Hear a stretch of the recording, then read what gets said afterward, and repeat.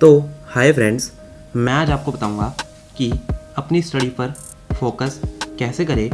आगे बढ़ने से पहले अपने भाई का नाम भी जान लीजिए। मेरा नाम है Ashish. Welcome to my channel. तो चलिए शुरू करते हैं। और हाँ, वीडियो के आखिर में मैं आपको एक फैक्ट भी बताऊंगा, तो फैक्ट जानने के लिए वीडियो के आखिर तक बने रहे। पहली बात तो यह है कि आप अपनी पढ़ाई को किस नज़रिए से देखते हैं, क्योंकि आपके देखने का नज़रिया ही आपको किसी भी चीज़ के प्रति कनेक्ट कर पाता है।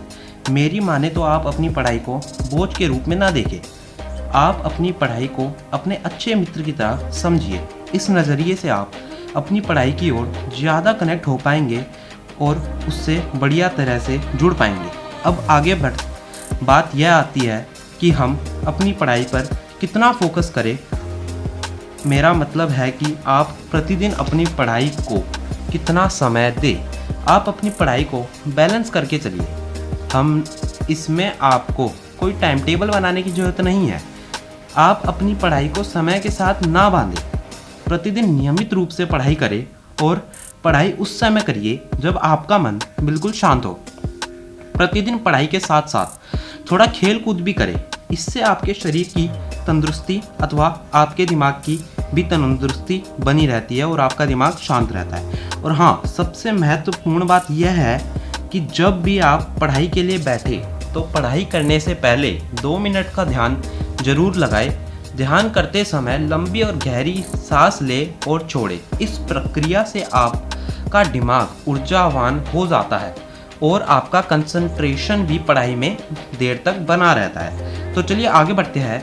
आपके मन में यह सवाल हरगिज़ होगा कि हम पढ़ाई क्यों करते हैं, और दूसरा हमें हमारे पेरेंट्स पढ़ाई पर क्यों हर बार टोकते रहते हैं, और मन लगाकर पढ़ाई करने से हमें क्या क्या प्राप्त होता है।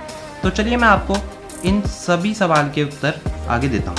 पहला, हम पढ़ाई केवल 2 चीज़ों के लिए करते हैं। पहली, पैसे कमाने के लिए, और दूसरी, समाज में इज्जत बनाने के लिए।